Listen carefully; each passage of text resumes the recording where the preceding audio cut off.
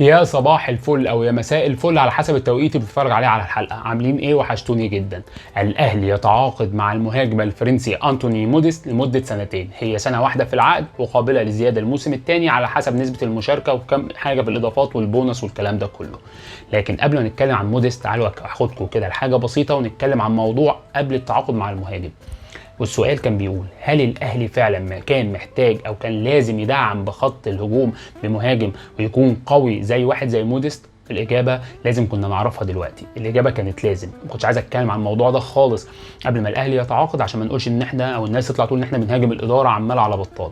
لكن فكره ان الاهلي لازم يتعاقد مع مهاجم دي كانت ضروره قصوى لنسبه 100%. ليه؟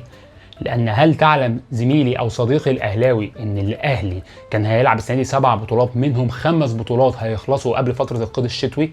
يعني 5 بطولات هيخلصوا في شهر ديسمبر، الفترة اللي احنا كنا مستنيين فيها يناير عشان نجيب سوزة مثلا زي ما الكلام بيتقال. ال5 بطولات: كاس السوبر الأفريقي، دوري السوبر الأفريقي، كاس مصر، كاس السوبر المصري باسمه الجديد، وكاس العالم للأندية. ال5 بطولات دول الاهلي كان هيشارك فيهم ويخلصوا في شهر ديسمبر، يعني ما كناش هنجيب مهاجم.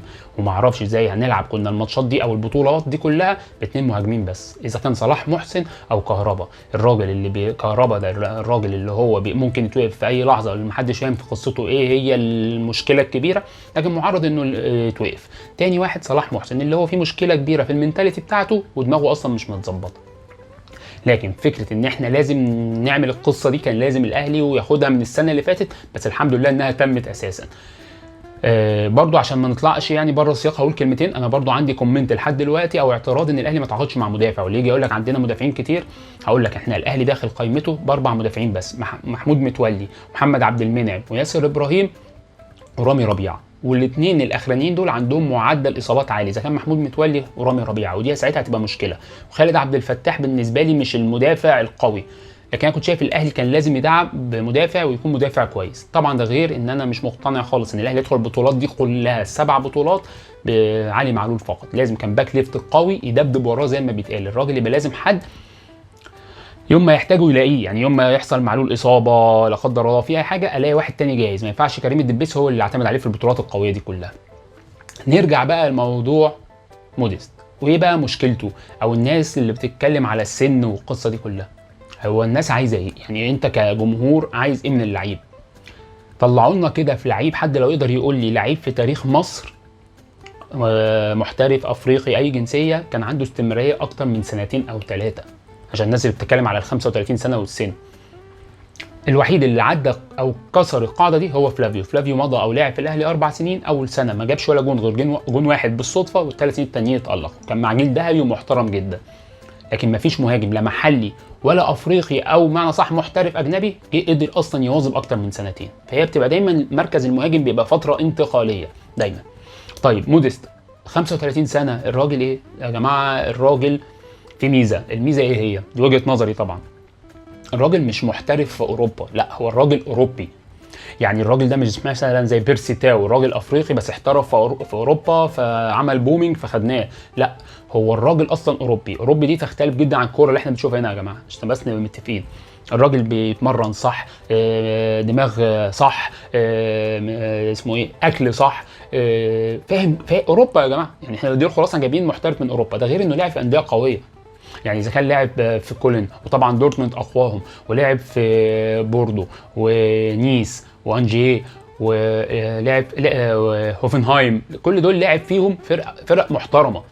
الراجل طلع مره واحده بس من اوروبا، راح الدوري الصيني سنه اعتقد ورجع تاني. يعني الراجل من يوم ما لعب كوره لحد ما هيجي النادي الاهلي الراجل بيلعب في اوروبا. فهي دي اللي انا لازم الناس تبص عليه. احنا مش عايزين اكتر من 2 سنين، ان اكيد هيحصل تدعيمات في يناير او في الصيف الجاي، هي بتبقى فتره اعدي بيها البطولات اللي عندي. دي حاجه. تاني حاجه ايه بقى مواصفاته؟ هو راجل رقم 9 صندوق زي ما بيتقال بالحرف، هيدر. بالنسبه للهيدر دي هو بيتصنف، ومش انا اللي مصنف، يعني هو بيتصنف ان هو لعيب كلاس ايه.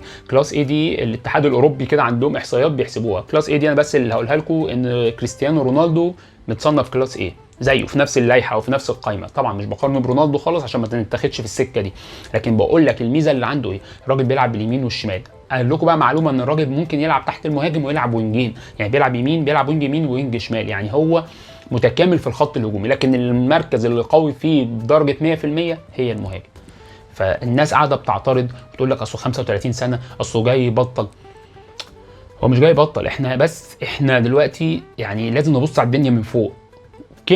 كم وقوه البطولات اللي الاهلي بقى بيلعب فيها مؤخرا بقت قويه وكتير. تاني حاجه احنا عايزين نجاري الدوريات اللي جنبنا العربيه. تالت حاجه انتوا لو تفتكروا ده يعني ده منظر كويس للدوري المصري، زي ما بتقال كده العين هتروح على الدوري المصري. احنا لو تفتكروا من 7 سنين اعتقد كنا فرحانين ازاي كلنا ان واحد زي مالودا جه لعب في وادي دجله. لعب بقى حلو او وحش، لكن بيبقى الدوري المصري بقى محطه انظار ان في لعيب ممكن انا النهارده على حس زي ما بيقولوا موديس ده ابتدي بقى ادخل لعيبه للدوري المصري في اي نادي، وبالذات النادي الاهلي ان انا اللي بتكلم عليه. انك النهارده لا يوم ما يعرف لا ده موديس لعب فيه، ده بيرسي تاو بيلعب فيه، ده الاهلي بيلعب في بطولات كذا، فيبقى في حاجه تجلب او تشد اللعيب اللي في اوروبا انه يجي يلعب عندك. لكن اللعيب عنده مثلا 25 سنه 27 سنه يجي يلعب عندك ليه في الدوري المصري؟ مع احترامي، الراجل بيلعب بره وبيلعب طول عمره في اوروبا. فهي دي بقى النقطه الناس قاعده بتتكلم فيها. 35 سنه 35 سنه يا جماعه على مهاجم عايزه سنه او سنتين، بالذات ان هو في بونص في عقده ان العقد يتطور او يعني يبقى في عقد تاني على حسب الموسم، نسبه مشاركته والفلوس والكلام والاهداف، وهيبقى في فلوس وهيبقى في بونص لو خد كاس عالم انديه ودوري ابطال افريقيا. لكن هي كانت خطوه لازم الاهلي ياخدها قبل انتقالات يناير. زي ما قلت لكم 5 بطولات، قلت لكم في اول حلقه 5 بطولات هيبداوا يخلصوا قبل انتقالات يناير. ده غير ان في بطولات هتبدا وبتهتم او بيترتب على بداياتها انت هتعمل ايه في البطوله، زي دوري ابطال افريقيا والدوري المصري، دول اللي هيخلصوا الموسم الجاي، بس هتبداهم برضو قبل انتقالات يناير.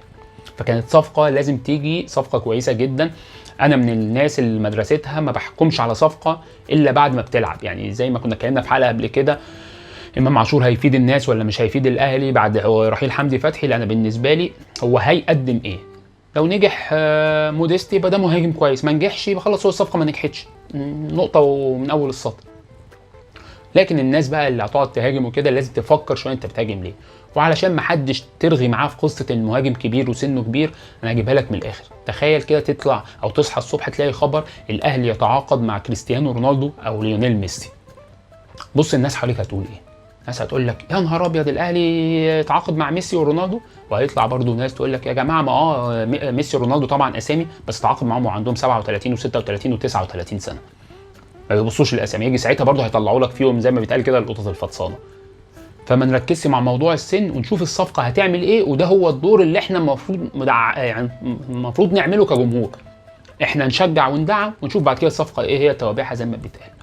كنت عايز اتكلم عن النقطه دي واهميه وضروره ان الاهلي كان يتعاقد مع مهاجم لازم قبل انتقالات يناير، وبالذات واحد زي موديست. يلا معلش طولت عليكم، ان شاء الله اشوفكم في حلقه جايه. سلام.